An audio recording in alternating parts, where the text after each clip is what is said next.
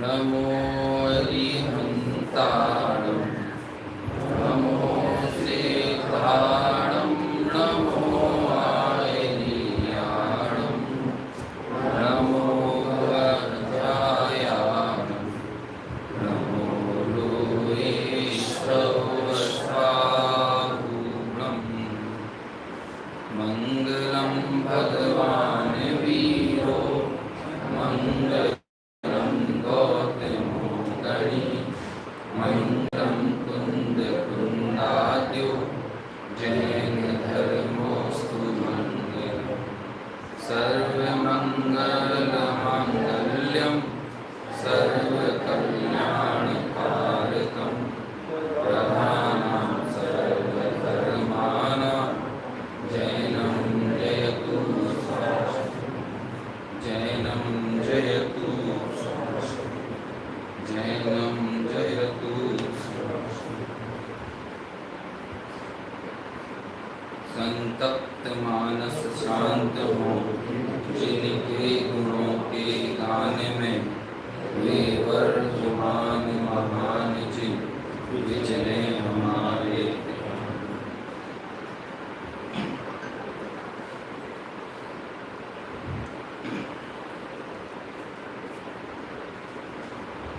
पूज्य गुरुदेव श्री कांजी स्वामी के प्रवचनों में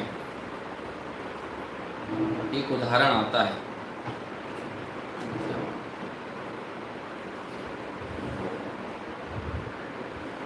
जब वे आगम के किन्हीं विषयों पर आपस में लोगों का विवाद देखते थे, मतभेद देखते थे और आगम में कही गई बातों का कुछ अन्य अर्थ निकलता हुआ देखते थे, तब वे ये उदाहरण देते थे कि जैसे कोई परिवार हो, उस परिवार में कुछ बच्चे हैं, उन बच्चों के पिता का देहावसान हो गया हो और घर में लक्ष्मी भी चली गई हो, धन संपत्ति का भी अभाव हो गया हो, तो जो थोड़ा बहुत घर में बचा रहता है, कुछ थोड़े बहुत टूटे फूटे बर्तन हों, थोड़ी बहुत पूंजी हो, छोटे मोटे कुछ जेवर हों, तो उन जेवर और पूंजी के लिए ही लोग आपस में लड़ने लगते हैं। पिता का तो विरह है, लक्ष्मी भी चली गई है, अब जो जितना बचा है उसे लेके ही वो लोग आपस में लड़ रहे हैं। कायदा तो ये होना चाहिए था कि उस लक्ष्मी को सभी लोग मिल बांटकर उसको सहेजते और उससे और अधिक लक्ष्मी को अर्जित करने के लिए प्रयासरत रहते, संग्रह करते। इसी तरह वो कहते थे कि इस काल में साक्षात अरहंत रूपी पिता का तो विरह हो गया है और केवल ज्ञान लक्ष्मी का भी अभाव हो गया है।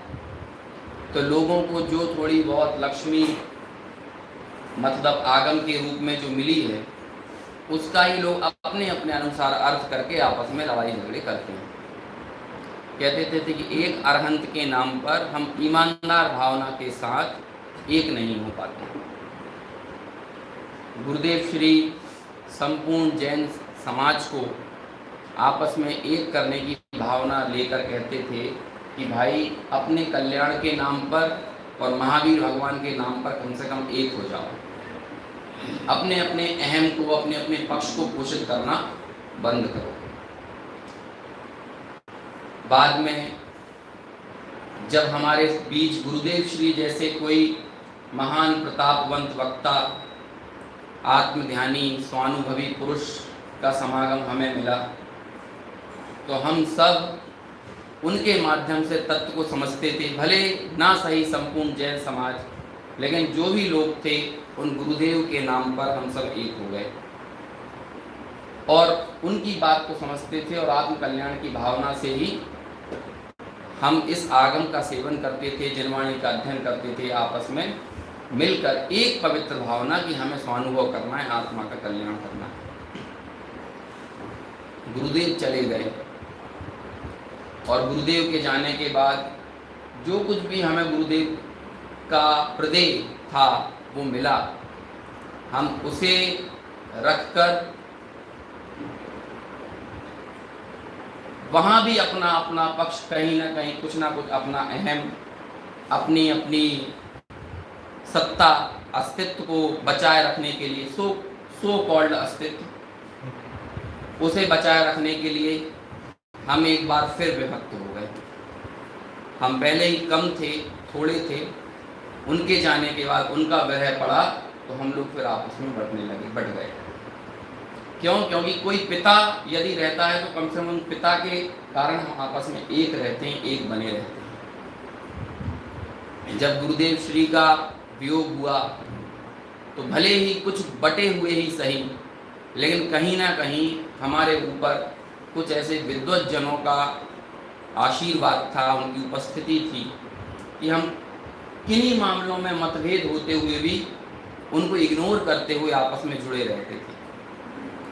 उसमें चाहे फिर वो लालचंद भाई हों, चाहे बाबूजी युगल जी हों, चाहे उत्तम चंद जी साहब हों, ज्ञानचंद जी हों, बहुत बड़ी बहुत समृद्ध पीढ़ी रही, बहुत समृद्ध परंपरा गुरुदेव श्री के बाद भी विद्वत परंपरा रही। और जब हम इस काल को आगे बढ़ाते हुए, इस काल के पहिए को आगे बढ़ाते हुए जब हम आज इस 2023 में पहुंचते हैं तो हम कुछ मुद्दों पर बटे हुए ही सही, लेकिन हमारे ऊपर एक संबल, एक छत्र कहें, एक नाम कहें या एक पिता कहें, एक पिता का सानिध्य हमारे ऊपर था और वो थे हमारे छोटे दादा डॉक्टर हुकुमचंद जी भारेल। कि आज भी कहीं कुछ यदि हमें पक्ष समझ में आता था, कुछ विवाद समझ में आता था, तो हमारे पास उनका निराकरण करने के लिए दूसरों के सामने मजबूती से खुद खड़े होने के लिए, क्योंकि पीछे पिता का साया था ना, हम अपने आप को मजबूत महसूस करते थे कि हमारे पीछे अभी एक बहुत मजबूत स्तंभ खड़ा हुआ है। वो उपस्थित ही रहें, इतना ही काफी था। कुछ हस्तियां इतनी महान हो जाती हैं कि उन हस्तियों को शासन चलाने के लिए वचनों का सहारा नहीं लेना पड़ता, उनकी उपस्थिति ही शासन होती है। और छोटे दादा वही हस्ती थे आज के दौर में कि उन्हें अब वचनों की जरूरत नहीं थी, उन्हें कुछ कहने की जरूरत नहीं थी। उनकी मौजूदगी भले कोसों दूर ही क्यों ना सही, उनकी उपस्थिति ही शासन थी और हम सबके लिए शासन थी। इतनी बड़ी विद्वत परंपरा के लिए वो एक शासन था।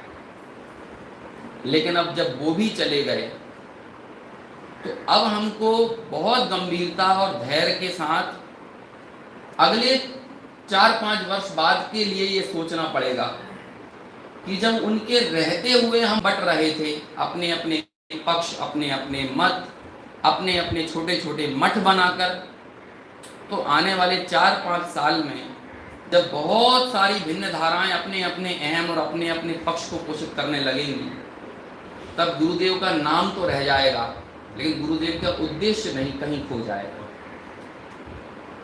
छोटे दादा ने कुछ भी किया हो, जिसके ऊपर लोगों ने सवाल खड़े किए हों, लेकिन कहीं भी उन्होंने गुरुदेव के मिशन को फीका नहीं पड़ने दिया।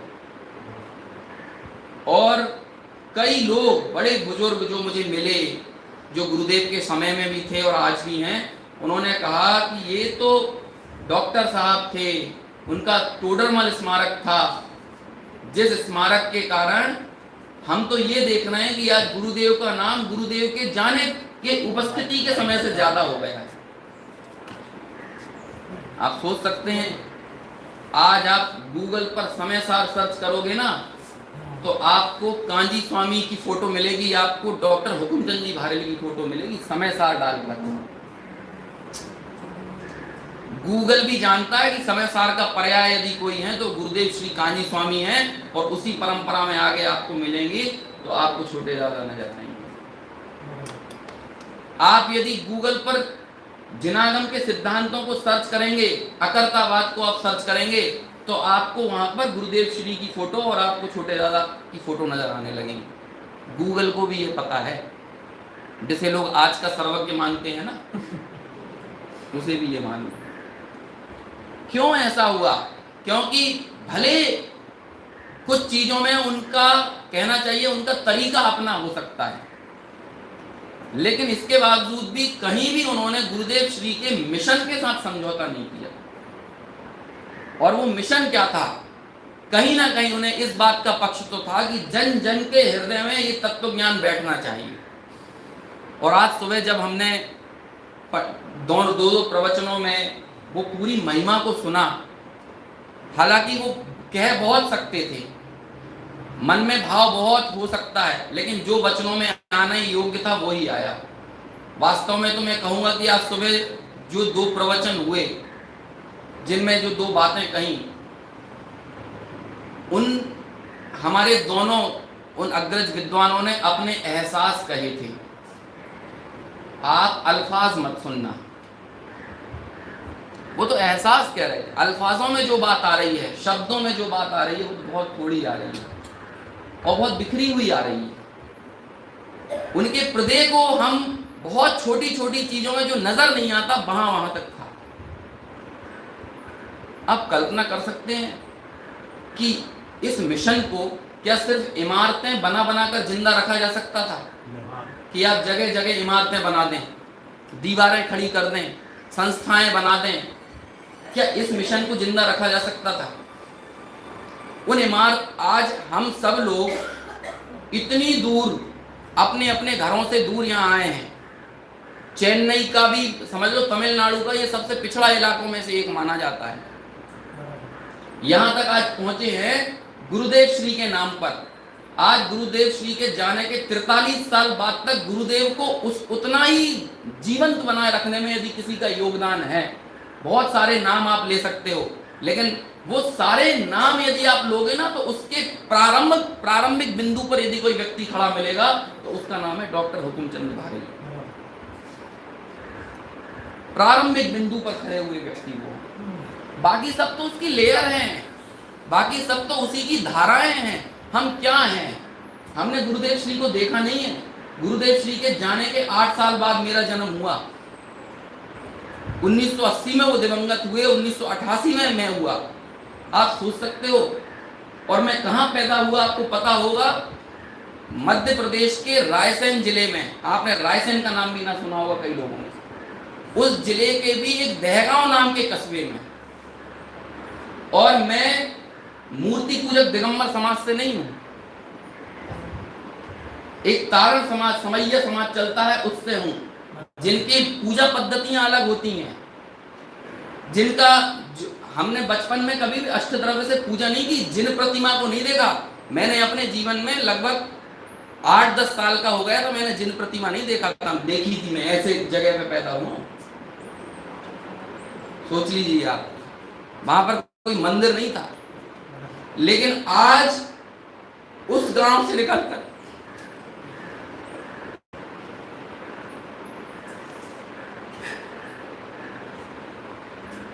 आज गुरुदेव की बात आपको सुना रहा हूं, इनके कारण सुना रहा हूं।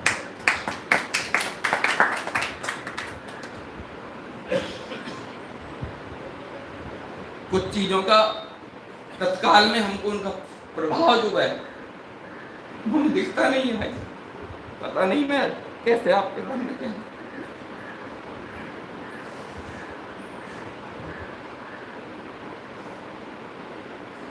जब पहली बार सन 2001 की बात है, डॉक्टर साहब भोपाल में आए हुए थे 10 लक्षण में।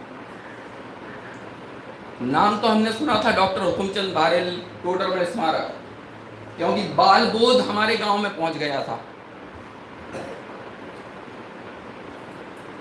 और उस बाल बोध में हमने ये 2 नाम पढ़े थे, टोडरमल स्मारक और डॉक्टर हुकुमचंद भारेल।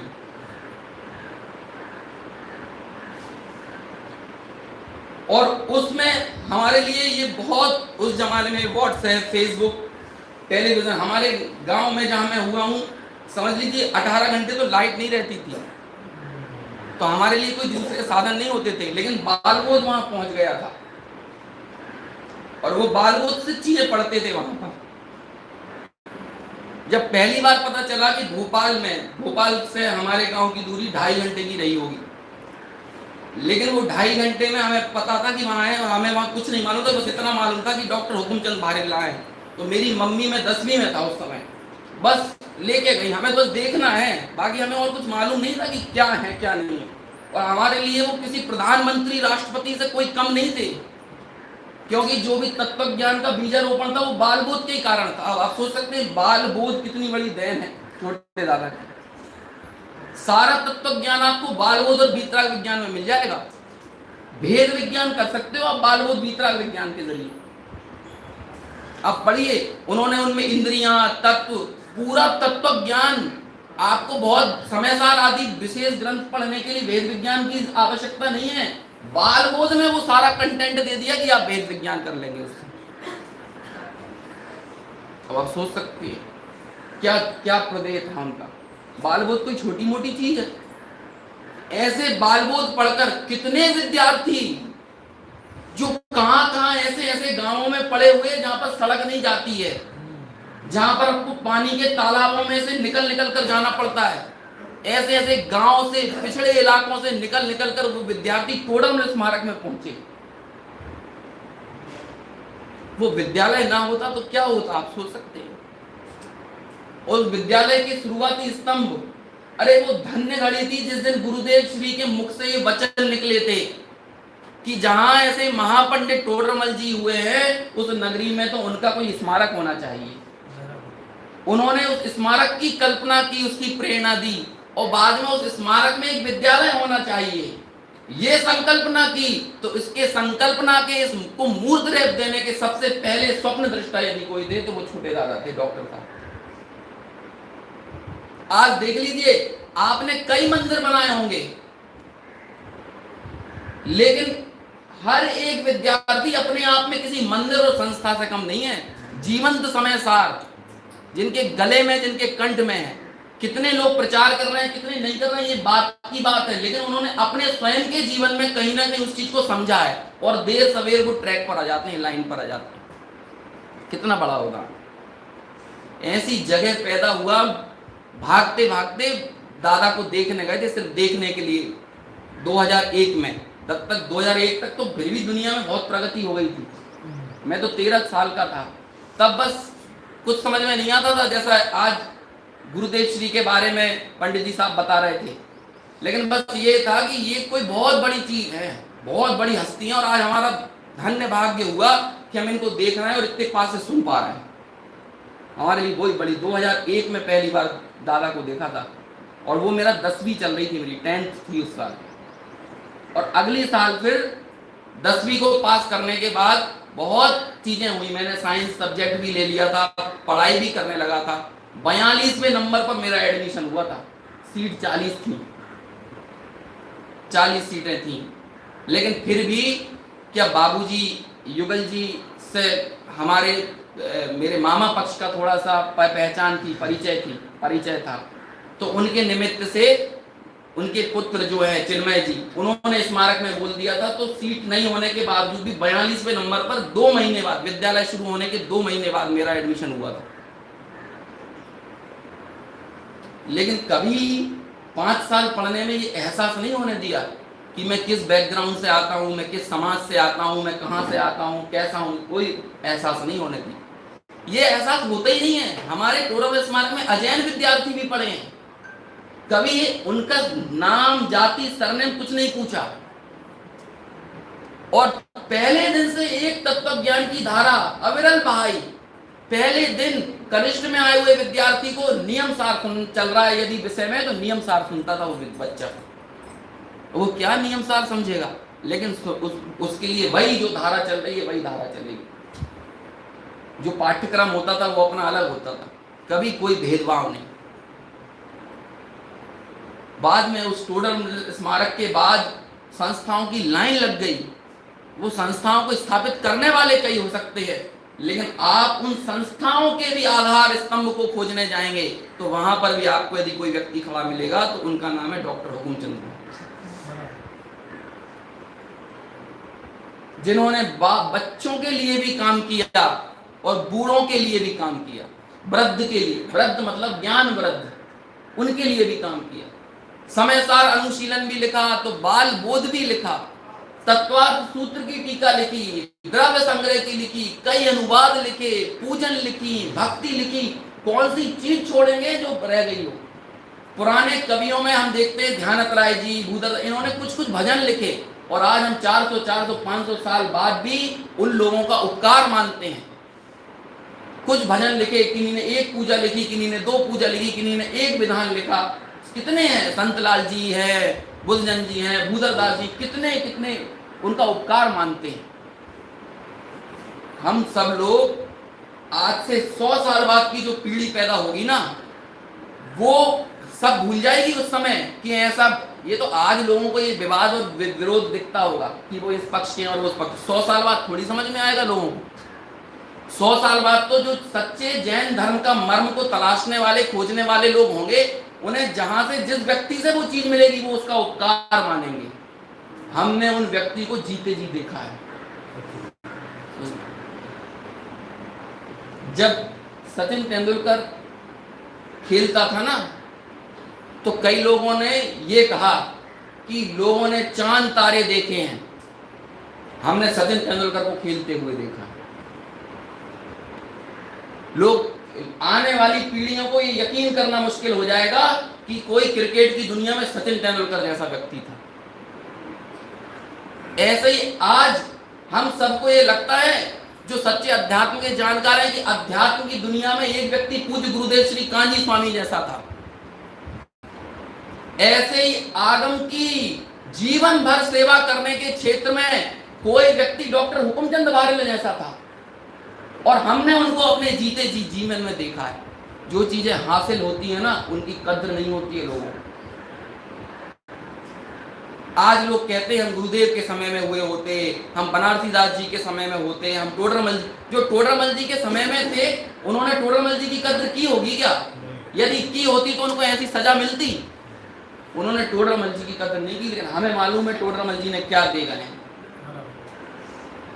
आज से 100 साल बाद जब लोगों से पूछोगे कि डॉक्टर हुकुमचंद बारेले ने क्या दिया, तो वो बताएंगे क्या दिया है।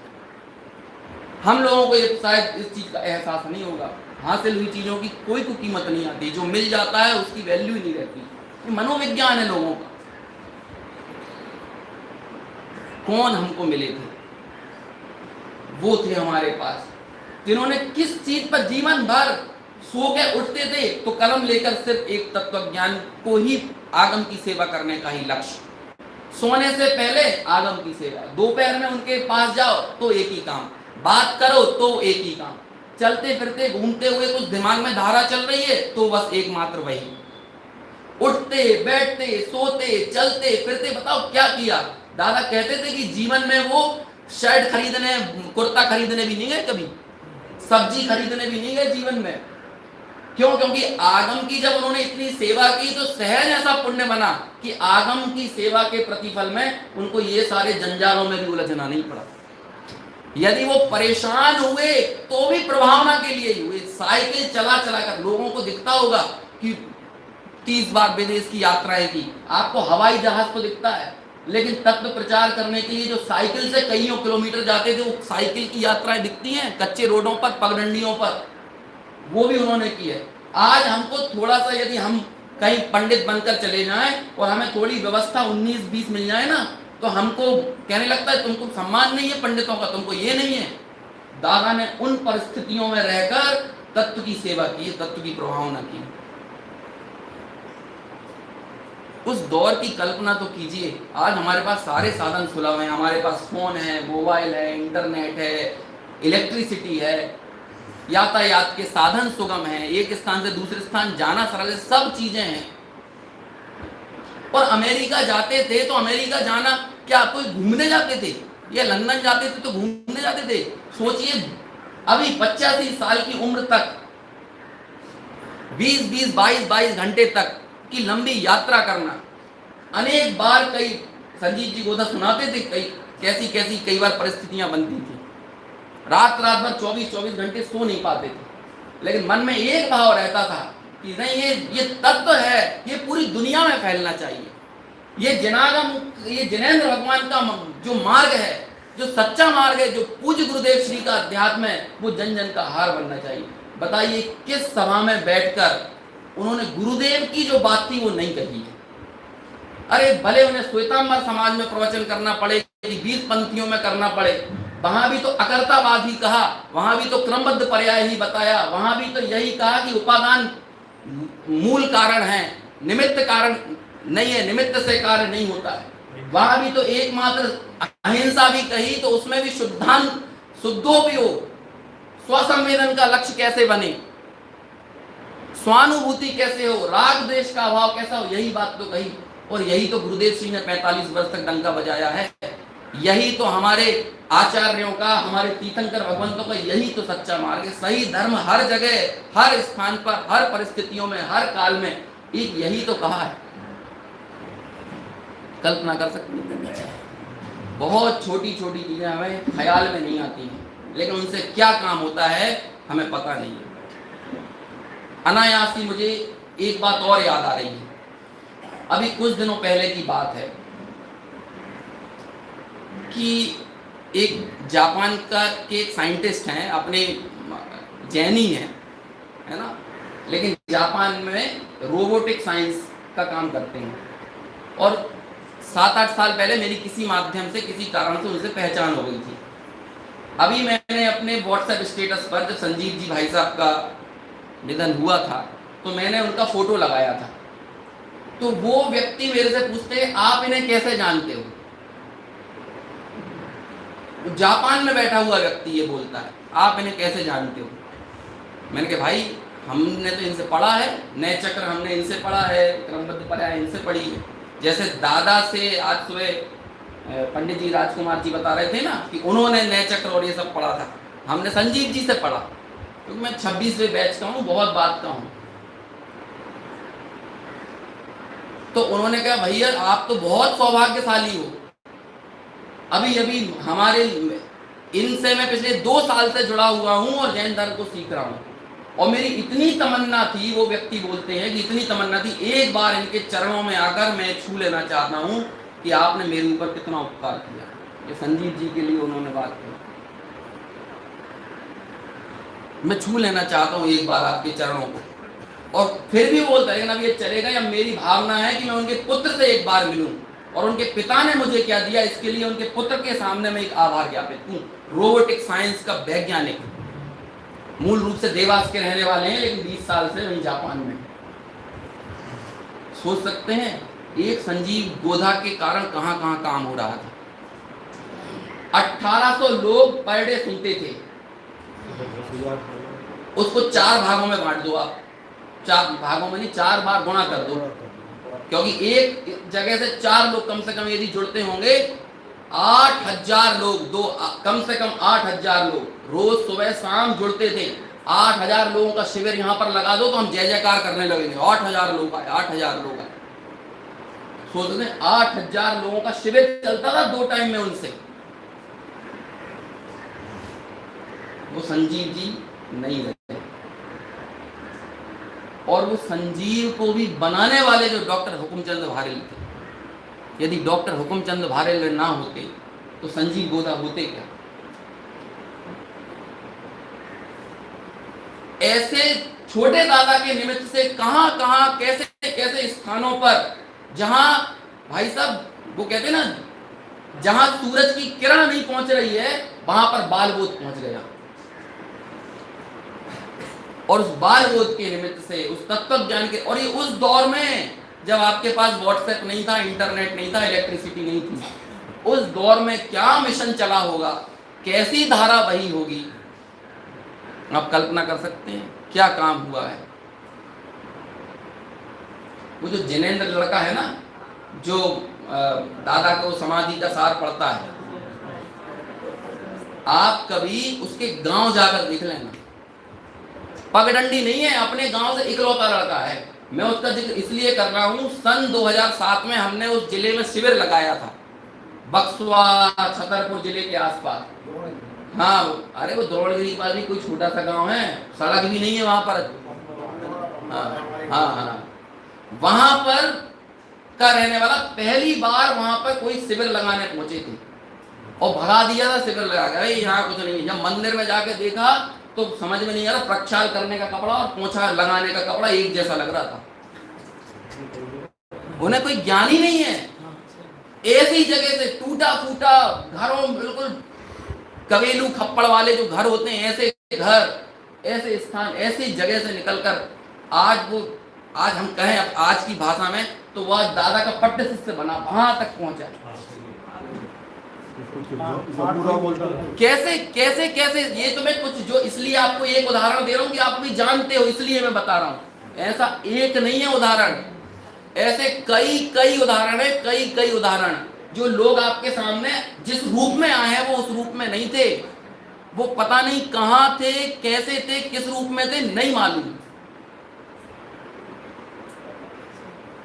ये सब योगदान, इन सब योगदानों का किसी ग्रंथ में उल्लेख किया जाएगा, किसी किताब में उल्लेख किया जाएगा कि कोई रिकॉर्ड मेंटेन किया जाए? इनका कोई रिकॉर्ड नहीं होगा, इनको कहीं मेंटेन नहीं किया जाएगा, कहीं नहीं बताया जाएगा। लेकिन ये सब योगदान भी है। आप छोटे दादा का परिचय एक पेज में छाप दोगे और उसमें क्या लिखोगे?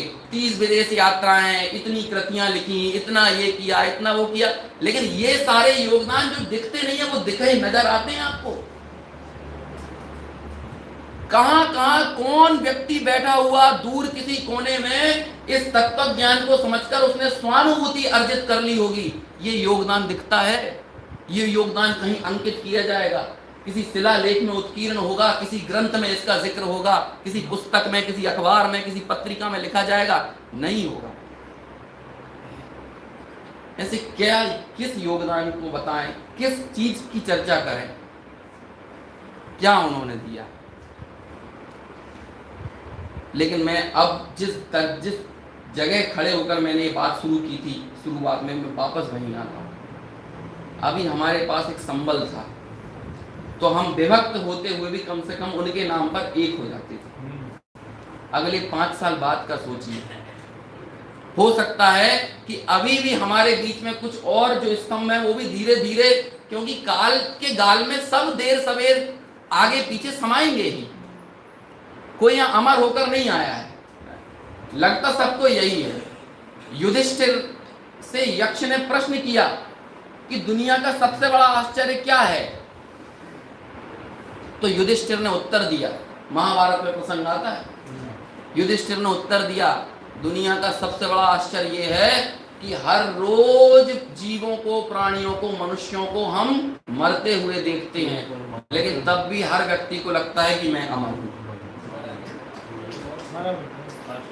हर किसी को लगता। अटल बिहारी वाजपेयी ने कविता लिखी इसी को आधार में लेकर, जो कल थे वो आज नहीं है, जो आज हैं वो कल नहीं रहेंगे, आने जाने का लोगों का ये सिलसिला यूं ही सदा चलता रहेगा, लेकिन मैं था, मैं हूं, मैं रहूंगा, ये भ्रम भी हर मनुष्य के दिल में पलता रहेगा। मैं द्रव्य स्वभाव से तो त्रिकाली द्रव्य स्वभाव को देखूं तो मैं था, मैं हूं, मैं रहूंगा, लेकिन हमें उसका अवलंबन नहीं है। इस पर्याय से सबको ये लगता है, और हमारी योजनाएं भी तो ऐसी हैं जैसे हमें अनंत काल तक जीना है। ऐसे ही तो हमारा धंधा चल रहा है, बिजनेस चल रहा है, नौकरी चल रही है, घर बना रहे हैं, मकान बना रहे हैं, योजनाएं बना रहे हैं। हम योजनाओं के मूल में जाकर देखें तो सही। भाई बहुत विनम्रता से अनुरोध है, इस तत्व के नाम पर लड़ो मत, अपने अपने मठ मत बनाओ। मठ बना भी लोगे तो क्या उम्र है भाई, 60-70 साल की उम्र में आप अपने मठाधीश बनकर बैठ गए और आप अपना मत प्रवर्तन करने लगे, तो उससे क्या अर्जित कर लोगे, क्या हासिल कर लोगे? छोटी सी उम्र में 5, 7, 8, 10, 15 वर्ष आपका बहुत नाम हो जाएगा, लोग जानने लगेंगे, पहचानने लगेंगे। क्यों? क्योंकि लोगों को लगता है कि विरोध करके ही महान बना जा सकता है, उल्टा बोलकर ही महान उल्टा बोलकर ही अपना ध्यान आकर्षित किया जा सकता है, लोगों को ये लगता है। तो इसलिए मूल धारा से कुछ उल्टा बोलो, कुछ अलग बोलो, लोगों की निंदा करो, लोगों की लकीर छोटी करो, यही करते लोग, यही गुरुदेव श्री के साथ करते हैं, यही हमारे आज के विद्वान हैं, जो विद्वान थे, विद्वान हैं, उनके साथ लोगों ने यही किया। और अपने अपने पक्ष में अपने भाई सुनो मेरी बात, विद्वानों के फैन मत बनो। मैं तो साफ कहता हूं, विद्वान जिस आत्मा का फैन आपको बना रहे हैं ना, उसका फैन बनो। वो विद्वान मैं आत्मा हूं, मैं आत्मा हूं, मैं आत्मा हूं, ये बात करता है, इसका निर्णय करो, ये समझो, और हम विद्वान के फैन बन के उसके गीत गाने लगते हैं, जय जयकार करने लगते हैं। अरे जो विद्वान हैं, जो गुरु हैं, उनका उपकार मानना, उनका फैन बनना यही है कि हम अपने आत्मा के फैन बन जाएं। फैन समझते हो? उसके दीवाने हो जाएं, विद्वान के दीवाने मत बने भाई। आप विद्वान को बौरा दोगे, उसके दीवाने बनो। वो जरूरत से ज्यादा मेहनत करेगा, जरूरत से ज्यादा ताकत लगाएगा, जरूरत से ज्यादा आपसे अपेक्षाएं करने लगेगा, और वो भी तत्व ज्ञान से दूर हो जाएगा, और हम तो दूर है ही। और हम किसके प्रशंसक होते हैं? ये भाषा वर्गणा के, इस वाणी के, इन वचनों के, इनमें कोई दम नहीं है। पुद्गल की ही दीवानगी है, जड़ पर झुक झुक जाता चेतन, कि मार्दव की खंड का ये जड़ है कि चेतन है? हम किस पे झुक रहे हैं समझो। आज दादा की कीमत इसलिए नहीं है कि वो डॉक्टर हुकुमचंद भारेल थे। यदि वो डॉक्टर हुकुमचंद भारेल के बारे में हम इसलिए उन्हें याद नहीं करते, यदि वो बहुत बड़े वकील होते, यदि वो बहुत बड़े राजनेता होते, तो हमें सभा में इस तरह से आत्मार्थियों की सभा में उनका जिक्र नहीं होता। उनका जिक्र ही इसलिए कर रहे हैं कि जब तक रहे, जब तक ये एक आत्मा के गीत उन्होंने गाए, और आत्मा की उपलब्धि कैसे हो यही जन जन को बताया, यही लोगों को सुनाया, यही समझाया, बहुत सरल शब्दों में यही कहा कि बस उसे जानना, मानना, अपना मान समझना, यही एकमात्र जीवन का सार है, यही आराधना का सार है, यही साधना का सार है। हम पढ़ते आए ना, कितनी बार ये पंक्तियां रिपीट की, इसलिए हम उनकी गुरुदेव दादा का सम्मान होता था तो दादा भी यही बात कहते थे कि मेरा सम्मान, विद्वान का सम्मान मतलब जिनवाणी का सम्मान, जिनेंद्र भगवान के उन वचनों का सम्मान जो वचन प्रत्येक जीव को तू आत्मा है, मैं आत्मा हूं, आम एक को खलु शुद्धू, ये जिन वचन ये कहने वाले हैं। और जिन्होंने इन जिन वचनों का प्रचार किया, प्रसार किया, जब हम ऐसे अब हम जिन वचनों को पकड़ के तो अपनी कृतज्ञता ज्ञापित तो नहीं कर सकते। आप जिन वचन को कैसे पकड़ोगे? एक कृतज्ञता का भाव आता है तो हम विद्वानों के प्रति सम्मान प्रकट करते हैं। वो हमारा एक लौकिक दायित्व हो सकता है, लेकिन हमारा पारमार्थिक दायित्व क्या है? सिर्फ तालियां बजा के इतिश्री कर लेना, या जो बात कही जा रही है वो समझना। समय की इस क्या कहें, समय की इस निष्ठुर चाल को समझो, ये बहुत निष्ठुर है, और इसका सदुपयोग करो। बारंबार पंडित जी साहब के, राजकुमार जी के, मैं देवेंद्र जी पंडित जी के, सभी के प्रवचनों में भी यदि कोई बात आती है तो कहीं ना कहीं मूल में ये गुरुदेव श्री के प्रवचनों में या वैराग्य के प्रसंग आते हैं, वहां यही बात कहते हैं। अब हम क्या इंतजार कर रहे हैं? हम में से यदि किसी की उम्र 50 साल है तो क्या उसे ये लग रहा है कि वो अगले 100 साल और जिएगा? हम में से किसी की उम्र यदि 80 साल है, 70 साल है, तो क्या ये लग रहा है कि अभी हम और 70 साल जी जाएंगे? जब ये 70 निकल गए तो अगले 5-7 साल निकलने में और कितना टाइम लगेगा? यदि ये 50 वर्ष की उम्र निकल गई तो अगले 10-15, वो भी गारंटी नहीं है, वो भी लेकिन चलो मान लो 10-15 और भी किसी के पास समय है, लेकिन वो निकलने में कितना समय लगे? जब देवों की, सागरों की आयु निकल जाती है तो हम सब ये थोड़े बहुत छोटी सी अनुकूलताओं में अपने आप को क्या समझ लेते हैं कि मैं बड़ा और बाजार सकरा, हम ही हम हैं, हमारे अलावा कोई कुछ नहीं। और ऐसे अहंकार की भावना से अपने अपने मत को इन सबको हम पोषित करते हुए जिनागम की मूल धारा को कहीं ना कहीं तोड़ देते हैं, उसे अवरुद्ध कर देते हैं। भैया समझो, एक गुरुदेव श्री के नाम पर एक बनो, और गुरुदेव श्री के नाम पर एक होने का मतलब है विशुद्ध तत्व ज्ञान के नाम पर एक होना। मत बनाओ ये भेद, मत बढ़ाओ राग देश, मत करो जयपुर, सोनगढ़, सोनागिर, मंगलायतन, कुछ मत करो, ये सब चीजें मत करो। मैं साफ शब्दों में ये बोलता हूँ, किसी को बुरा लगे अच्छा लगे कोई लेना देना नहीं। मत करो। हम इनके मानने वाले हैं, हम संजीव जी गोधा को सुनते हैं, हम सुमत जी को सुनते हैं, हम इनको सुनते हैं, हम उनको सुनते हैं, हम ये इन सब चक्करों में मत उलझो। हमें सिर्फ इनकी बात अच्छी लगती है और किसी की बात नहीं लगती। तत्व ज्ञान की बात कहीं हो, कैसे हो, कोई करता हो, उसके प्रति अपना सर्वस्व समर्पित करो। विद्वानों के प्रति समर्पित मत हो। विद्वानों के प्रति समर्पण ही ये है कि हम तत्व ज्ञान के प्रति समर्पित हो, ये ही उनके प्रति समर्पण है। और जैसे हम हीरो हीरोइन के फैन हो जाते हैं, ऐसी दीवानगी हमारे जिन शासन में नहीं कही है। ये कोई आपकी स्लैम बुक में किसी फेवरेट हीरो, फेवरेट विद्वान लिखवाने वाली चीज नहीं है। ये ऐसा नहीं है ये काम।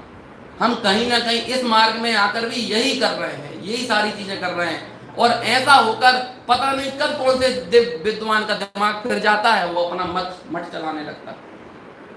उसके मूल में कौन बना है? यदि एक आत्मा के प्रति आपका प्रेम होगा, एक आत्मा के प्रति प्रीति होगी, या तो आत्मा की प्रीति करो या देवगुरु शास्त्र के प्रति प्रीति करो। इनके अलावा और कौन है? आखिर में तो बस एक पंक्ति मुझे याद आ रही है, जो पुण्य के उदय से आपको साधन प्राप्त हुए हैं ना आज, उनका सदुपयोग करो, लेकिन प्रीति एकमात्र अपने निशुद्धात्मा से करो। जो पंडित हमको मिला है इस तत्व ज्ञान को सुनाने के लिए, उसका सदुपयोग करो, लेकिन प्रीति एकमात्र निशुद्धात्मा से करो। गुरुदेव श्री के वचन हमको मिले हैं, उनकी सीडी मिली है, उनका हिंदी में अनुवाद हो गया है, तो आज किसी के पास बहाना नहीं है कि उनको ना सुने। तो उस वाणी को, उन वचनों का सदुपयोग करो, लेकिन वो वाणी क्या कहती है? प्रीति मात्र एकमात्र शुद्धात्मा से करो। और ये सब जगह मान ला, ये नर पर्याय हमें पुण्य के उदय से प्राप्त हुई है, ये नर्तन मिला है, इसका सदुपयोग करो, लेकिन प्रीति एकमात्र शुद्धात्मा से करो। देवगुरु शास्त्र हमको मिले हैं पुण्य के उदय से, इनका सदुपयोग करो, लेकिन प्रीति एकमात्र निशुद्धात्मा से करो। ऐसे जब हम निशुद्धात्मा के प्रति सर्वस्व समर्पित करेंगे, ये ही ज्ञानियों के प्रति हमारी सच्ची श्रद्धांजलि है, ये ही डॉक्टर साहब के प्रति हमारी सच्ची श्रद्धांजलि है, ये ही अनंत ज्ञानियों, गुरुदेव श्री से लेकर जितने जो हुए हैं, उन सबके प्रति भी यही हमारी सच्ची श्रद्धांजलि है। ऐसी श्रद्धांजलि व्यक्त कर, जो दादा का उपकार रहा, जो डॉक्टर साहब का उपकार रहा, वो हमारे लिए बहुत अतुल्य है, लेकिन उसकी अतुल्यता का सच्चा बोध यही है कि जो तत्व ज्ञान उन्होंने हमें दिया, उसको पोषित पल्लवित करते हुए हम हमारा निश्चित करें, इसी भावना से। हेलो, वास्तव में गुरुदेव श्री के बाद यदि हिंदी प्रांत में जन जन तक किसी ने जिनवाणी को पहुंचाया है, बच्चों से लेके बुजुर्गों तक कंठ में जिनवाणी पहुंचाई है, हृदय में जिनवाणी उतारी है, तो उसमें सबसे बड़ा योगदान हमारे छोटे दादा डॉक्टर हुकमचंद भाई जी का था।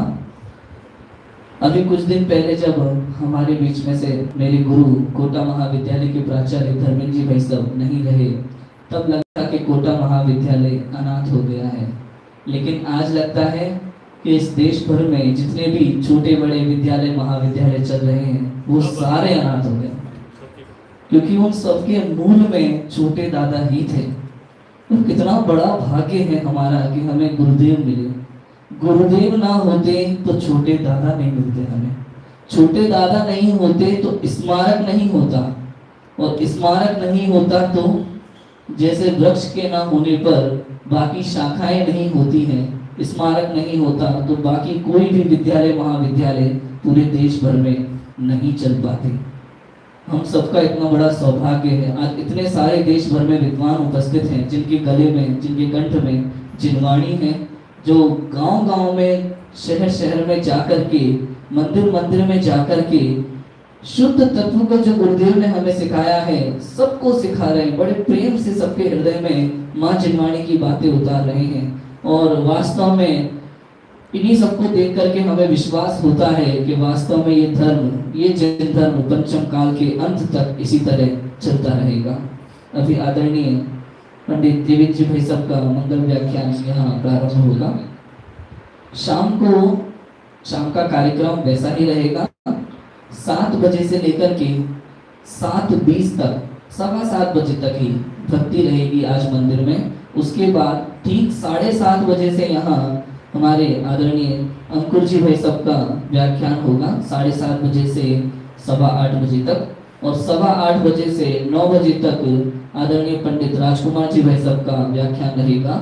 और 9 बजे से हमारे यहाँ जो चिनवाणी संवर्धन का कार्य चलता है